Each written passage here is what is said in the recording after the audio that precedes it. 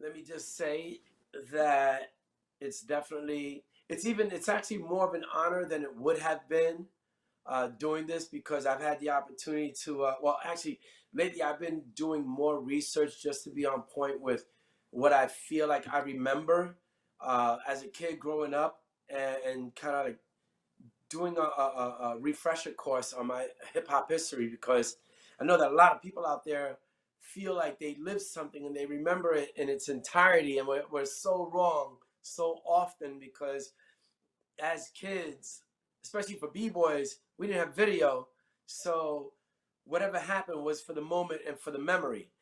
And sometimes as we get, well, a lot of times as we get older, it's like that moment of being a young person, because it was so sensational to come upon hip hop at that time. We embellish in our minds what exactly happened, and sometimes we don't remember enough, because in certain cases more did happen. So in researching your history again, and I got to give shout outs to Jay Quan from the foundation, because I mean, what he's doing is pretty amazing, you know, and so props to him. I don't want to come on here and talk about Kurtis Blow and not give props to all my sources. So definitely, first, congratulations on 40 years of the breaks.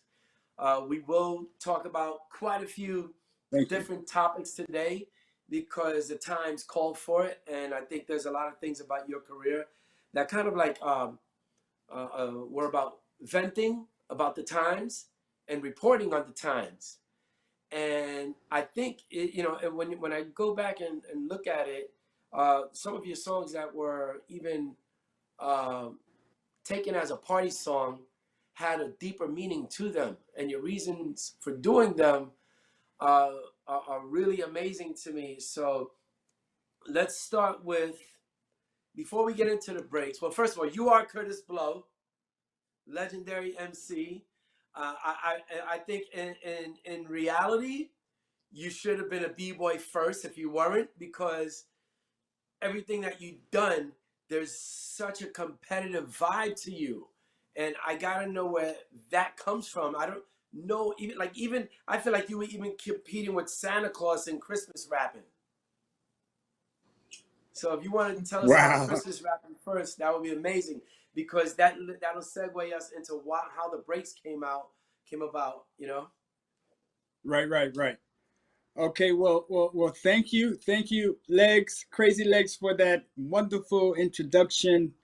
I am so blessed and fortunate and just happy to be here today. Yes, we are celebrating the 40th anniversary of my song, The Breaks, and I just want to say, it is really bad timing right now because of all of what we're going through with the double crisis, the coronavirus, and also all the protesting and everything. And I just want to take time out first and foremost to say my condolences to the family of George Floyd and all the families who have lost someone due to the systemic racism and the police brutality that is so upfront in our face right now because of the cell phone. And we're doing all of this protesting, and everybody I see, multicultural groups of people out there protesting, standing up, saying that we're not going to take it anymore.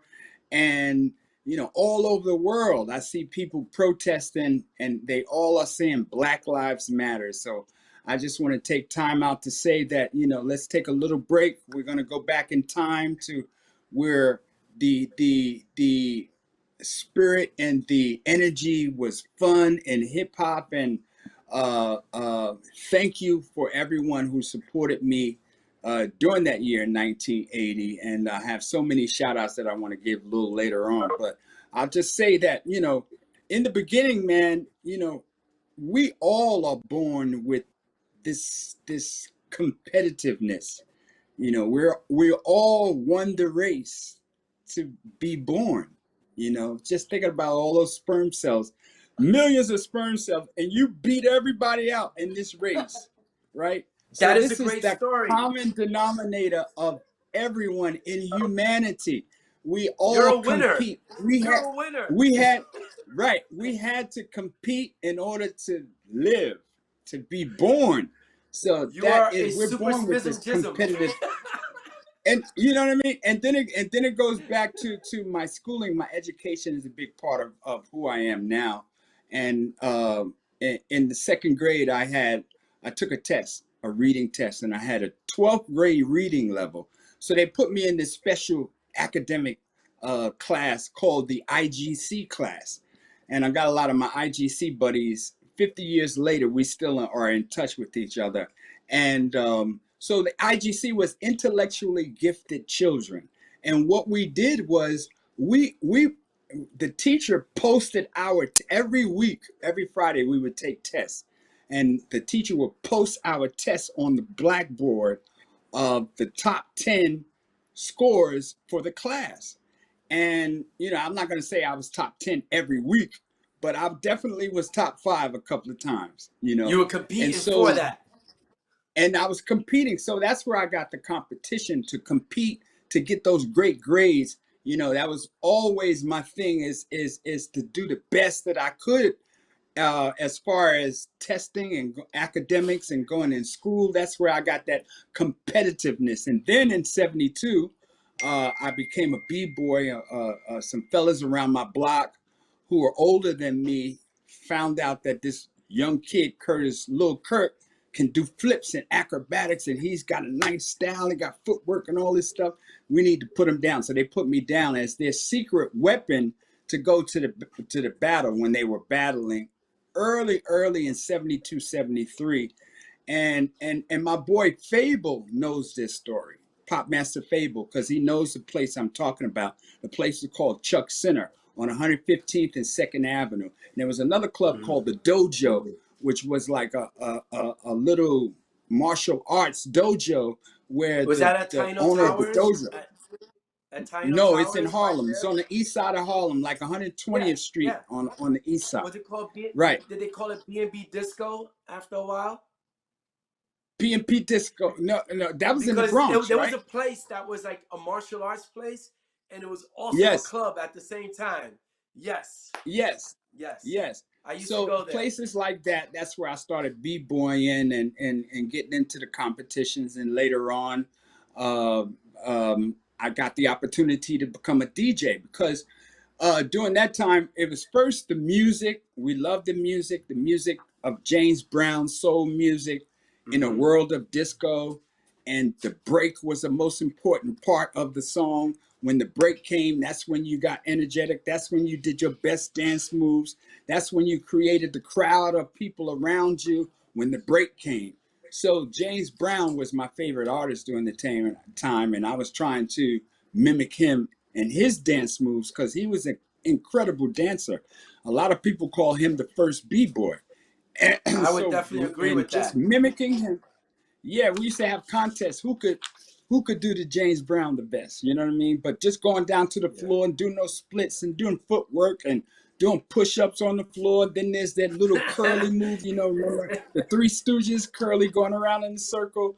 That was it. Yeah, And then the freeze came, yeah, and then you guys got into it and took it to the whole next level with the evolution, with the power moves that came in with the backspin yeah. and the head spin. And And the that funny was thing the is most that incredible thing that I saw. the So original it was a backspin part was of the culture. Yes, it was a part of the culture that I remember that was so important to the whole culture as um, a unit.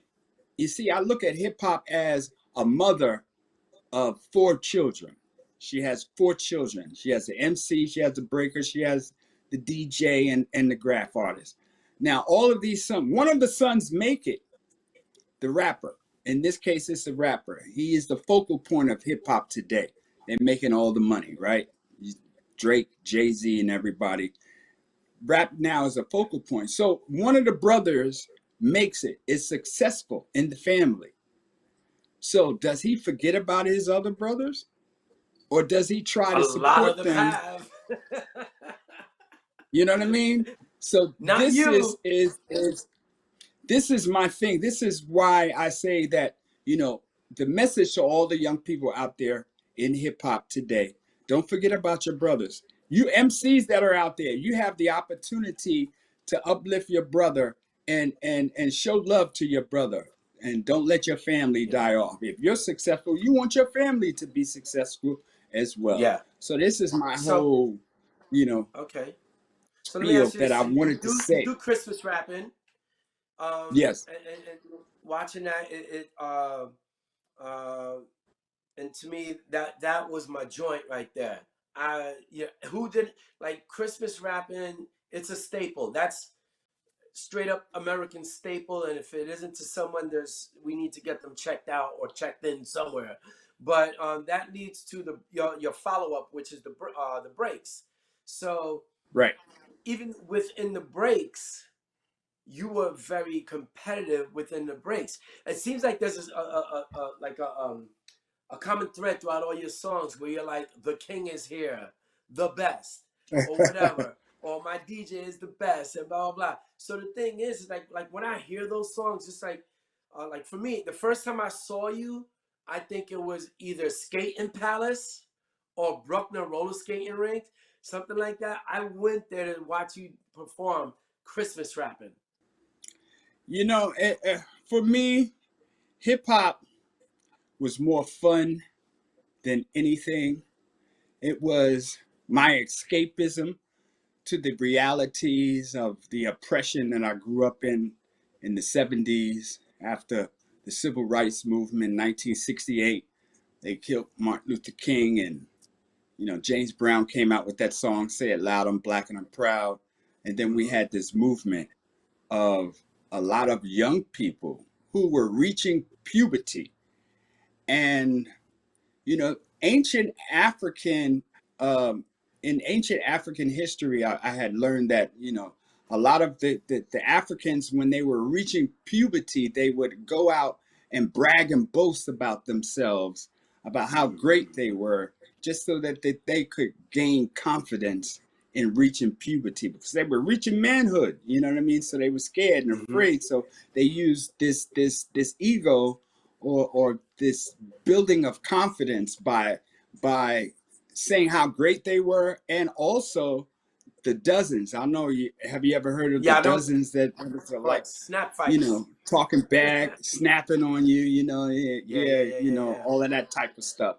And that's where it comes from. It comes out of the reaching puberty and trying to gain confidence, because you know you're about to become a man. So the other thing is also, it was escapism to the racism that we have been, the inferiority complex that we Now you were have in been Queens, born right? with. At that time? Uh, I was in Queens and Harlem, both. okay. And so during that time, that was my escapism to the inferiority complex and to the oppression, is to think of myself as being vain, I guess, or larger than life, or I'm the best. This is my confidence that I have to live with. Yeah, I am not inferior. I am the Hmm. best. I am superior. And that's Yeah. how you get through that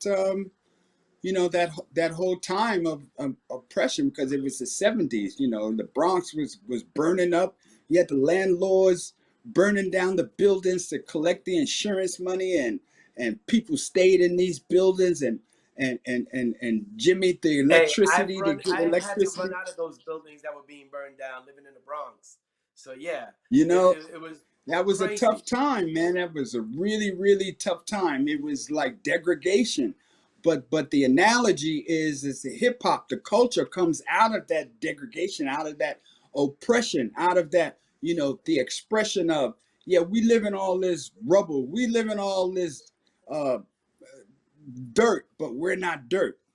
So that is Right. the analogy of hip hop. The I mean, the it's buildings are burning down on one side of the street, but the kids on the other put something together. it's crazy how we made by default, because a lot of us weren't socially conscious or fighting for social justice or anything like that, because a lot of us were still too young and we didn't understand what was going on. So for me, I think by default, I just fell in love with something that I could afford, because being a b-boy was free. The only thing you had to do is convince your parents to buy you new sneakers, and you would just have to be able to, like, every weekend, either by word of mouth or listen for the sound of the boom from the echoing off the buildings, and find that jam so you could, show people, like, this is what I've been working on all week, and either win or you get smoked, but then you go back to the drawing board and you develop your craft again. But I've always felt like the beauty of all these things was the fact that we were so hungry to compete that we had to find victims to smoke. And that was the initial, I would say, between communities, bridging of the gaps, because our common interests in moves and battles and rank was the beginning of, like, all right, you battle, but then now it's like, yo, how'd you do that move? And then you realize, oh, now you're exchanging on moves. Then, next thing you know, it's like, oh, so what is it like being Italian or Puerto Rican or black? And what is it like being Muslim, Christian, Hebrew, whatever it is? And I think hip hop as a whole has served as one of the greatest bridges between all communities globally. And we have to be careful with how we splinter within a community for the wrong reasons and know when to come together. So I think we are fortunate to have come up in its innocence, as crazy as some of us were, to be able to see the result of it now. But so anyway, so the breaks. You do have somewhat of a social commentary in the breaks, and so tell me about that, and then tell me why the breaks. Well, I'll tell you the truth, Legs, and this is coming straight from my heart. I am a minister now. I've gave my life to God, and lying is not one of my things. But I will say this.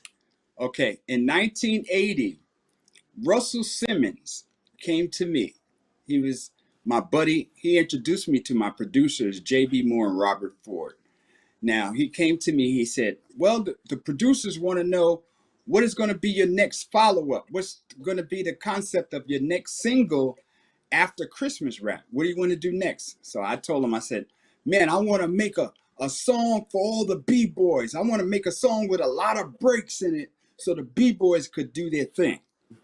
So he went back to the producers, and JB Moore sat me down and he said, wow, that's like, there are many connotations to that word, the breaks. I know it's the best part of a song, and it's when you do your thing, but there's also breaks on a car, breaks on a bus, breaks that'll make you a superstar. There's an old record, a philosophy record that came out in the 1920s, and JB told me this story about the guy said that, oh, hey, Bucko, you say your wife left you, or you lost your job, or your car got towed away. Well, don't worry. The sun is going to come up. It's going to be all right. You'll be all right. You'll be together in a few days. Take it easy. Just say that's the break.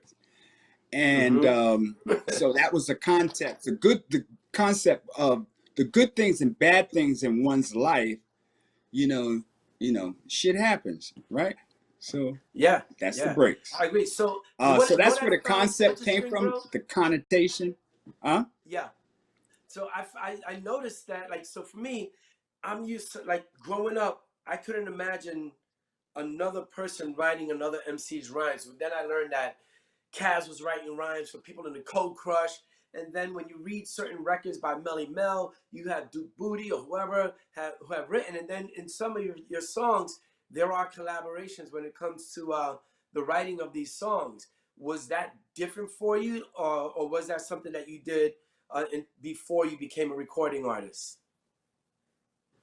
No, but I definitely have heard of the rumors or theory that all MCs should write their lyrics, and Right. MCs, you don't have credibility if you don't write your own lyrics. and that's what the writers say. But as for me trying to make hit records, look, let's be logical about this. You know, you got to write 12 songs on an album. All Yeah. right. Maybe you can write 10, but there may be somebody in your camp that will come up with an idea that 11 song might be the best song of the album. Yeah. So look, I have made it my point to become successful. So I'll take a hit from any. If it sounds good, let me record it. You got that song? Oh man, let me record it. I'll make it a big, big, big, huge hit. You know what I mean? Yeah. Like for instance, AJ, my DJ, rest in peace. AJ Mm-hmm. came to me one day. He said, man, I got this song. You got to do it. I tried to give it to Melly Mel. He didn't want it. Sylvia Robinson didn't want it. I tried to give it to the Lovebug Starsky. He didn't want it. So listen, a song called If I Rule the World tells a story about what you would do if you ruled the world. And I was like, wow, that's a great idea. Great idea. So we went into the studio, man. I wrote my part. I wrote the third verse, which is the longest verse. I wrote the chorus. I had my staff writers come in and write lyrics and help me write lyrics. The first two verses were written by AJ, the DJ. And then I had my other Wow. DJ, Davey DMX, playing bass. He came and played bass line. And we actually wrote that song in the studio that day. And so creativity is a gift from God. And it comes from all different kinds of sources. And if you are smart, you will reap the benefits and take advantage of that creativity that God has given you. He'll give you a hit from somewhere. Your little niece at 4 years old might say something to you that'll be a hit song if you And you choose know, it to. was so much of a hit. You had Lauryn Hill use it. You had Nas use it. So your royalties must be ridiculous. Yes, God is good. And you You know know, but let me give what's you wait, even one one thing. You have produced and discovered quite a few people that are pretty much they it's like they're famed, they stand on their own, but if people were to look deeper, you know, from the Fat Boys to just I mean, I would say that you have a lot to do with Run DMC easily, and even if it's like inspiration, because they also took one of your songs and hard kind of remade times. it, Hard Times, and they remade it Yep. in their own way. And Hard Times is also social commentary. So Yes. um, I feel like, you know, just like everything that you've done from in the studio, on stage, and you know, writing and inspiring other people. I mean, when people talk about the goats and they don't look deeper than who was first, they're missing a whole other element with you, because you were basically the first to be um, you were an authentic hip hop commercial success on levels that other solo artists as MCs weren't able to become. You were first. Damn, let me just go over a couple of things over here. Basically, the first rap superstar. You know, you made. I mean, you're the fourth record ever. You know, to come out with Christmas rapping, and then you follow up with the breaks. First person to be on a major label. First rapper to produce a record. You're a producer on Sucker MCs. You produced for Fearless Four. You helped discover the Fat Boys. You had the first beverage endorsement. You were a lot of what was happening in Crush Groove had a lot to do with you. The storyline, although there was fiction in there, your a lot of what was going on in your world was happening, and you did the first hip hop slow jam with Daydreaming. Come on, you know how many babies were made to your song, bro? You probably had the first slow jam hip hop babies. Well, So you know, I think it's a blessing. It's a blessing. Thank you, Legs, for those great words. Thank you, thank you, thank you. But you know, I could only thank God for the blessings that I have received through my life. As I think back, I'm writing my autobiography right now, Hmm. and so I'm taking a lot of time to reflect about those old days, and as I think back, man, it was like a miracle world for me, just traveling all around, meeting all the people representing hip hop when it was fresh and new, and trying to keep it clean, all the battles and all the debates and fights that I had with all the artists who wanted to curse on the microphone, and I'm saying, no, no, let's keep it clean, man. This is how we're going to spread it around the world if we keep it clean. And so I had all these battles and all these fights, and just fighting for the dignity and the integrity of hip hop, trying to make it something, a culture that everyone could love. And I'm just fortunate to be uh, still here to say that, we did it. We changed the world. I thank you, everyone who was involved, all the contributors, not just myself. There were many people who did the same thing that I Yeah, of did, and course, who of course. definitely helped out, pioneered this situation. And that's why I definitely want to shout out all my old friends, if I can Yeah, take we'll a get to minute that. to We'll do that. definitely do that. We'll Let's get to save that that. for the end. All right. But let's talk about But our first project working together was an anti-drug commercial, and that anti-drug commercial, um, it came up on my radar just recently, and I was blown away. I wish it was a clearer version of it, but we actually share a first together, and Frosty Freeze was in there. Take One, I think Mr. Freeze, maybe, I'm not sure, Ken Swift, but tell us. I mean, you know more about how that came to be than I do. Honestly, I don't even know if I was sober okay. doing that commercial. Okay. Okay, so here's what happened. All right, so it's 1980. I have the Breaks out. The Breaks is number one record in the country on the R&B charts. I was 21 years old, and had the number one record out. So here comes Russell Simmons again, my manager. By this time, Russell was my manager, and he said, "Man, I know this guy, Abby Hoffman, man. He's an old activist, man, a freedom fighter, and he wants to do this commercial, this anti-drug commercial. He's got the money from the federal government. They tried to pay him off to keep him silent and stuff like that, and stop him from his anarchy. So I met him. I met Abby Hoffman, and I did my research on. He's from the Chicago 8. They turned into Chicago 7, and they were activists, political activists, of fighting for the rights of the minorities in Chicago during the national convention back in 1971 or something like that, right? So he went on to further his activist career and just fighting for people throughout the country. He did some things So down in he had Florida. the He did some things up in Connecticut. Youth So he International actually Party. came to me and asked Russell and I, could I be a part of this song? So during that time in 1980, there was a resurgence of b-boying on the streets of New York. I knew this because of the underground. People was coming, yo, b-boying is coming back, and they got new moves, man. It's incredible, most incredible thing, man. They got these new moves called like power moves, like backspins and head spins, and it's the most incredible thing. It's acrobatic now. You gotta see this. You gotta see it. So I saw Rocksteady Crew. They told me the Rocksteady Crew is the number one crew on the underground coming up. They're gonna be the big, big, big breakdance crew.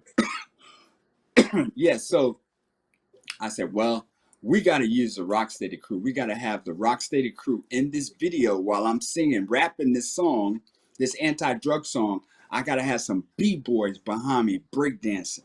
So we figured it out where we did the actual song on the steps over there by Morningside Park, right on the southern tip of Was Columbia it Morning or University. Central Park? I really don't remember. Morningside Park. Yeah. Yep, right, Okay. right, right there by Columbia University. And that was the biggest drug part, actually. Cats were shooting up drugs. During that time, heroin was a big, big, big problem. And so Heroin, our acid, song was the PCP. first PSA for America to say no to drugs. That was the first, we started it off, the first PSA for hip hop. And it was a Rocksteady crew, man. I remember Ken Swift. I remember meeting, you know, oh, my boy. I gotta say this, Legs. This was my guy, my best friend out of the Rocksteady crew, because we became close after that. I Frosty remember we used to Freeze. hang out. Yeah, Frosty Freeze was my dude. I love him, love him. I Yeah, miss him so much. Rest in peace, Frosty. But yeah, he had his own style. I used to watch him, man. He's the first guy to do the backbreakers. I saw him do a backbreak. What are yeah. you doing? Oh my God. Boom. And all his little twists and turns. Remember his revolutions? He'd go around in a Yes, circle yes. about Call 50 them Zulu times. I spins. could only do 4. Right, right. He was incredible. He had his own style, but he was very nice. He was energetic. He Yeah. had passion. He had love for hip hop. He was really what hip hop is. He was the example of what true hip hop is. Every time I Hmm. saw him, he would throw his hands in it. Curtis Blow! Really loud. Everybody in the whole room. I said, Frosty, be quiet. I don't want nobody to know I'm here. Curtis Blow! He gave me a big hug. Every time I saw him, it was always love. Yeah. I miss him so much. But I remember Mr. Freeze was there as well. We also went on to Okay. do many things. He was out in Vegas and managing a Right. club out there. I played his club 3 or 4 times.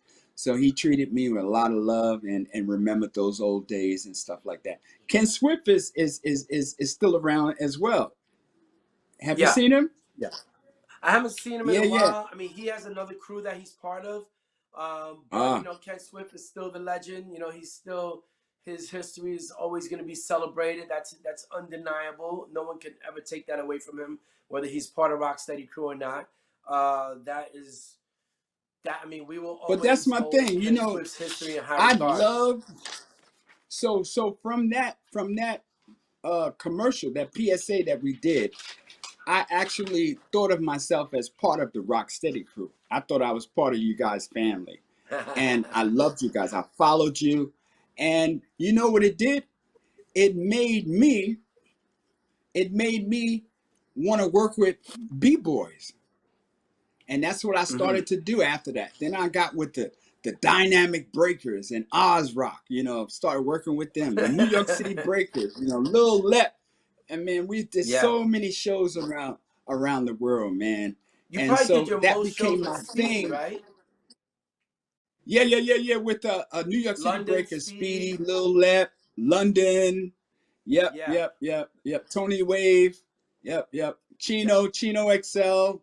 All my guys, man. I love Michael Holman. Big shout out to them. Um, but that was my thing. That became a part of my style in hip hop as far as my live shows. Is I had a DJ and I had a b-boy crew. Definitely had to represent Yeah. as a b-boy in my show. And because of the song The Breaks, I had all those breaks and we would do our thing during that song. That would I be the would say highlight there's of my three show. people. I would say there's three people who absolutely love breaking so much that they've, for some reason, there's an element of it. If it's not the person, they have somebody with them. And I would say you would be at the forefront of having B-Boys perform with you. And then there was a KRS-One. Common and KRS Common. One. Common, Right. KRS One, and with you leading the way. So yeah, I always, you know, like for me, I don't really believe in as a b-boy. For me, I think like every element of hip hop is a frontline element. So I don't. I've always tried to avoid as much as possible doing background breaking for anyone, and the only people that I've willingly and wanted to do it with were the KRS, Big Daddy Kane, and you. Mm. So Wow. it Well, it take a lot for me to dance with somebody else. I'll tell you the truth, Legs. When I started doing it back in the days, it was rough. It was so rough. And Legs, you know, because you've done Oh, for shows you and you had to personally DJ. breaking? No, no, breaking period with a DJ. Oh, So the okay. DJ's playing on the turntables, and if you walk across the stage, the needle is going to drum. Yes. How many times have you had that happen to you? Is that the most frustrating thing in the world? We've Is had to for the had the needle. had the DJ hold the turntables in his hand You had to so that lift it them wouldn't up. bounce. Yes, you know. Yeah, yeah, yeah, Yes, yeah. my DJ I mean, had to lift up the turntable so that the vibrations wouldn't make the needle shake. And yes, yeah. so many nights, I'm doing the breaks, and here goes the record. Oh my God. Oh my So God. now, So so what let me know. saved it was the DAT tape. We replaced the Yes, DJ yes. with the Oh DAT yeah. tape or tape. Shows got better Then with then that it would tapes, work. without a doubt. Yeah. Yep, So yep. now I mean, we're in a situation where we all are, and and again, thank you for even doing what you did for me at Porter Rock Study. I mean, to me, that is whether you know it or not. What we do in Puerto Rico is really a lot about humanitarian work and economic development and supporting the locals. So I don't know if you know how much you helped me by being there when you came out there, but you did, and that was amazing. So thank you for that. But then right now we have everything that's going on, and everyone's trying to figure out an angle as to, all right, well, what are we supporting now? What's legit? Who's hijacking? Who is really about making sure that it's not just about the moment, but the long term? And you have a new Wow. organization that you're working with. So if you could tell us about that organization and why you're doing it and what it's about and just its whole agenda. Well, the organization is called the Humanity Coalition, and basically what it is an umbrella organization, an organization that wants to unite all of the organizations fighting for um, the equality and fighting against the systemic racism that is plaguing our society, that has plagued our society for 400 years. So now I'm looking around, like I said before, I'm looking around the TV and MSNBC, CNN, and I see all these protests around the world. But what they are Mm-hmm. protesting is this this this unequal treatment to African Americans. So that's the point Mm-hmm. right there. So we are joining forces with everyone who believes in fighting against this crisis. And Mm-hmm. so the humanitarian coalition will be a hub of information. We're going to start this big database of all the information for all the organizations to tap into to be a part of. We'll have a hub as far as the websites you can go to and find out all the information. We're sharing information that we create from this big, huge database. And we'll share this information to all the organizations around that are fighting. And also, we are supporting the different events and policies and plan of actions from these organizations. Like, for instance, Mm-hmm. the NAN organization, the National Action Network, which Reverend Al Sharpton, they're doing a Mm-hmm. big march on Washington on August 28th. And so we want to get out there and promote it and help promote it and support it and make sure communicates to all the organizations around the country that this is going down and we need to support this and let's all roll together because united, when we're united, we have more power than we do things separately and individually. And I don't think there is an organization that is the unifying organization for all the organizations fighting Mm-hmm. this present crisis. So, for me, and this is just on the strength of like growing up in the Bronx and growing up in hip hop. For me, I grew up in Black and Latino neighborhoods, and growing up like that in New York. I think New York upbringing is very different from the rest of the United States or the rest of the world. because the way we are overlapping each other within communities brings together such a bond that we're more alike than we are different, or it brings us closer to being alike than we are different. And um, as a person who, I started b-boying in 77, and the actual first person I saw was actually a Puerto Rican DJ.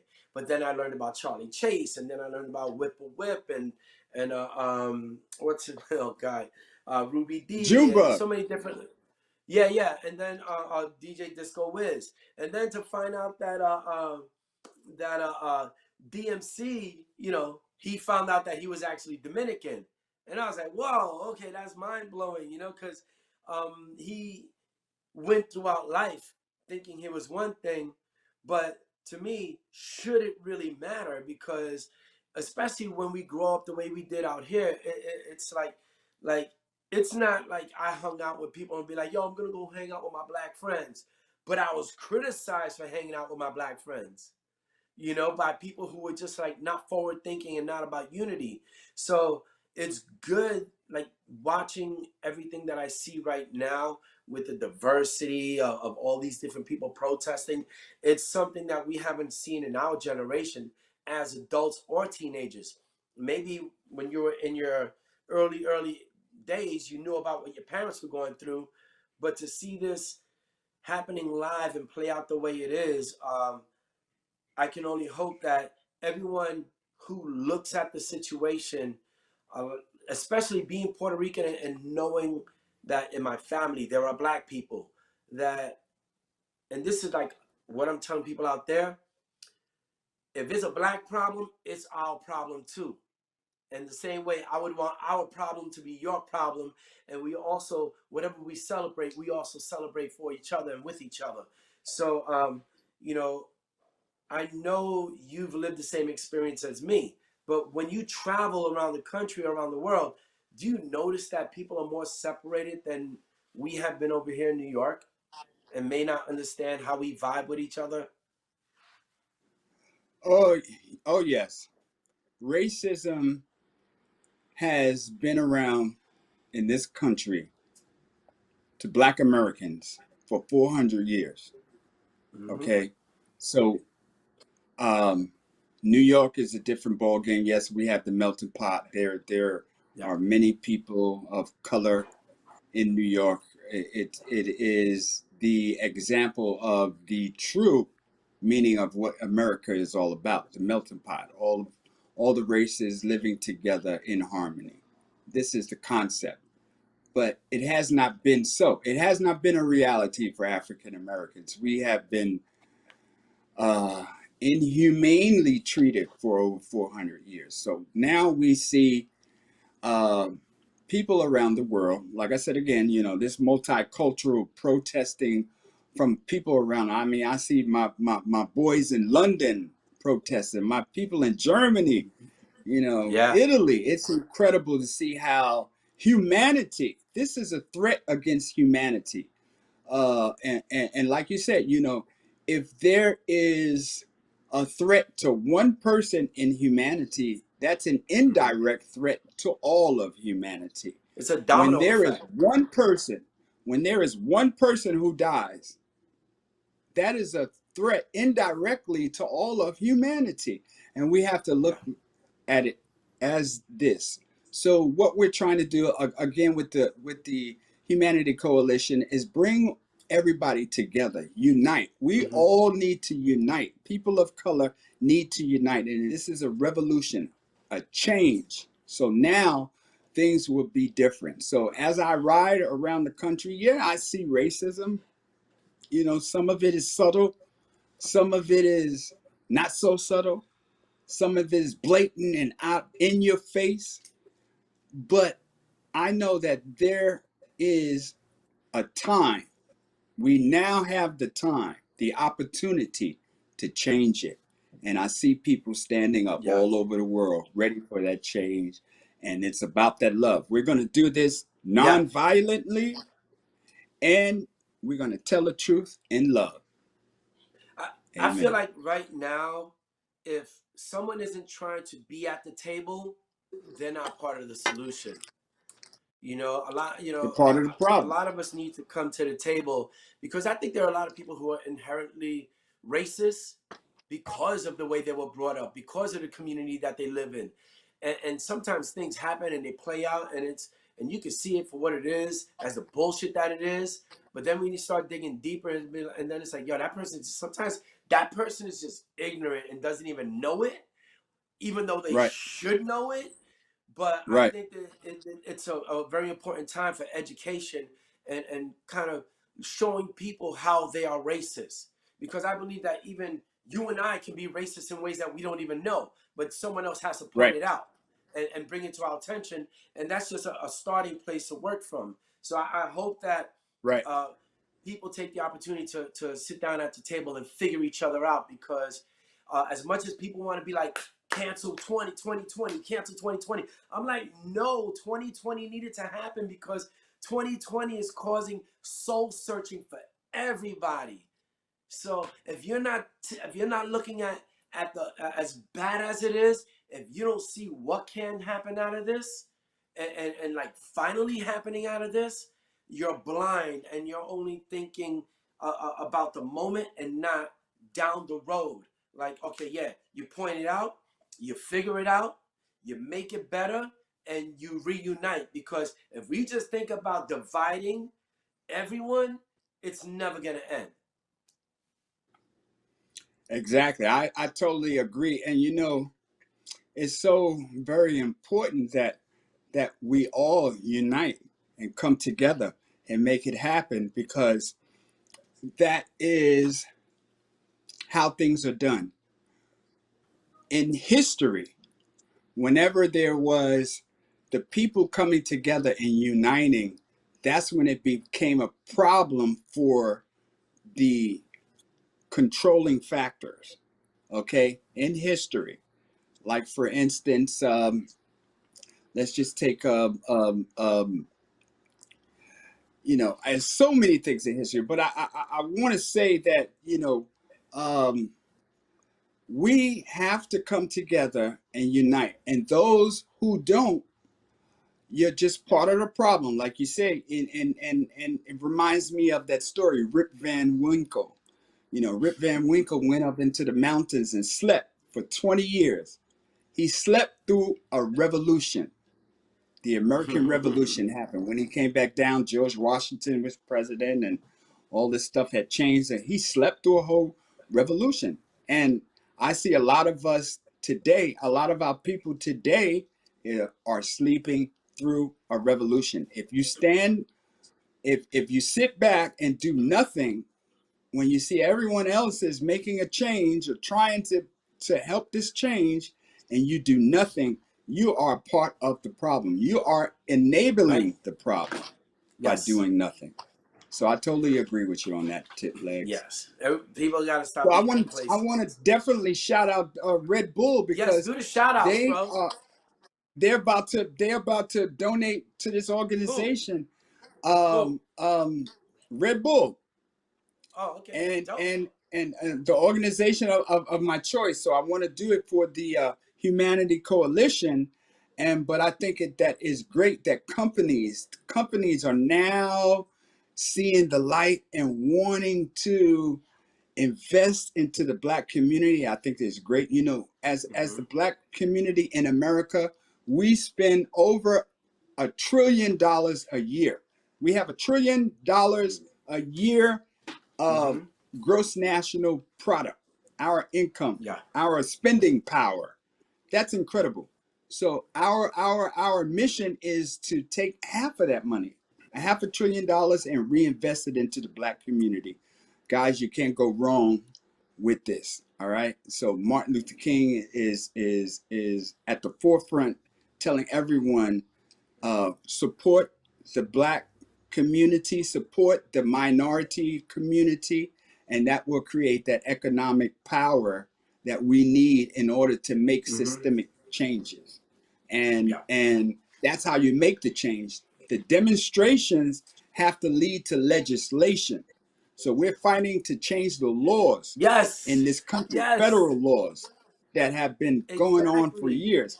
So how you do it is by having the economic power and telling the truth in love, but you have the economic base so that you'll have the power to force legislation, meaning government, if you don't do this, we're going to boycott you, we can shut the store down, and we can protest. So the demonstrations have to lead to legislation, and the legislation needs to create this economic base because as African Americans, 61% of African Americans are poor. We need to end poverty. This country is the richest country in the world. There Yep. should be no poverty. We're too rich, Mm-hmm. Let's raise each other up, you know? man. That's all we can do right now. We need to understand Yep. the power that we are as a unit, and that's just not black, brown, and Asian, but everyone who is of the right mind state as a universal family, so that we can move forward and get past racism, man. I appreciate you. So if you want to do your shout outs also to your homies that you wanted to shout out, that's a great thing. I Yes. think you should recognize those people you appreciate. Okay. Yes. Yes. Thank you, Lex. Thank you. Yes, it's the anniversary, 40th anniversary of the breaks, and I thank God for giving me the opportunity and the blessing to make it happen. I want to shout out JB Moore and Robert Ford, the producers, Russell Simmons, the son of Curtis Blow, Reverend Run.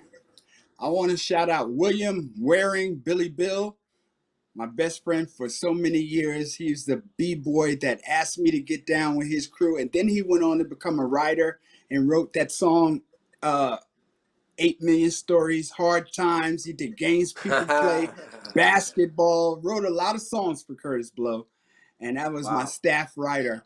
I love him dearly. Also, Danny Harris, rest in peace. That was Billy Bill's friend that he introduced me to. And Danny Harris was a guitar player, played on many of my songs. He's part of the Orange Crush Band and my crew over there in Sugar Hill, the Hill Boys. Also, my Mm-hmm. b-boy partner, Vernon, Ace Deuce, rest in peace. Tony Jones, rest in peace. Godfrey and Blue. Tony Schamberger, incredible b-boy. He's out there on 145th Street in St. Nick, right by the right by the train station, selling cosmetics right out there. Check my boy Tony Schamberger out. All right. Then I want to go to the Bronx and get the old school b-boys that were at that party, that first party on August 11th, 1973, that Cool Herc party. His sister Cindy Campbell. Shout out to Cool Herc. Shout out to Cindy. Shout out to Trixie, b-boy Trixie, Sasa, Dancing Doug, the legendary Smith twins, DJ Clark Kent, my boy, the amazing Bobo. Rest in peace, Wallace D. The Mad Hatter, big shout out, Dancing Doll, the females. Did you know that we first started breakdancing in 73, 74, and we danced against girls? We didn't start Hey, dancing against guys till later on in 76, 77. All I right, so big always shout shout out out to the, Dancing the, the Doll. Migos, man. Big shout out to Eileen. Big shout out to Kellogg's and Stephanie from Chuck Center. Big shout out to the Rocksteady crew. Ken Swift, Frosty Freeze, and Mr. Freeze. Man, and you Crazy Legs, man. I love you for life, Thank you, forever. my brother. Same here. Shout out to the New York City Breakers, Lil Lep, Yes. Tony Wave, Chino XL, Michael Holman. Shout out to the Air Rest in Force peace, crew out Hit in Glide, my LA. Glide Master. Glide, Rest in peace, yes, Glide yes, Master. yes. Yes. Shout out to the Air Force crew over there in LA, Lil Caesar and Chuco. Rest in Yeah. peace to my man Animation. Wow, that was Yes. my dude right there. I love him. Yeah. Shout out to the LA Breakers. Oh, shout out to Willpower. He's over in Denmark, Mm-hmm. from the Air Force crew. The LA Breakers. Shout out to the LA Breakers. Shout out to Troy Harewood. A big Mm-hmm. shout out to Cujo. Big shout out to Mehmet over in Hanover. A couple of DJs, DJ Tomac, DJ Paolo, DJ Mike LaRock, DJ Honda from Japan, DJ Yutaka. Man, wow. And before I go, I want to go back to you, Legs, because Yeah. I want to thank you. I want to thank you for all that you have done for this culture, for hip hop. And I want to say, on behalf of hip hop and all the hip hoppers around the world, we say thank you. Thank you. I know no one I that appreciate it, has bro. I know no one that has done more for the culture of hip hop, done more for the b-boys than you, Crazy Legs. And I thank you. I thank God for you. And man, I'll never forget you, my brother. I appreciate it, my bro. Well, I look forward to seeing you by the beach with your lady again sometime soon, and we're just chopping it up and enjoying. Yes. Yes. All right. Well, well, thank you. And again, you, in my opinion, you and I've lived through every generation. I missed the first few years, but when after researching you all over again and going beyond the surface, I can easily say you are one of the all-time goats. Thank you. Appreciate it. Thank you. Thank God. All Thank right. God. All right, I will everybody. catch you later, God my bless brother. you all. And thank Peace. you for the 40 years. I'll see you again, hopefully on All the right. 50th anniversary. Yes. That's what's up. Happy 40th anniversary. All right. Thank you. Peace.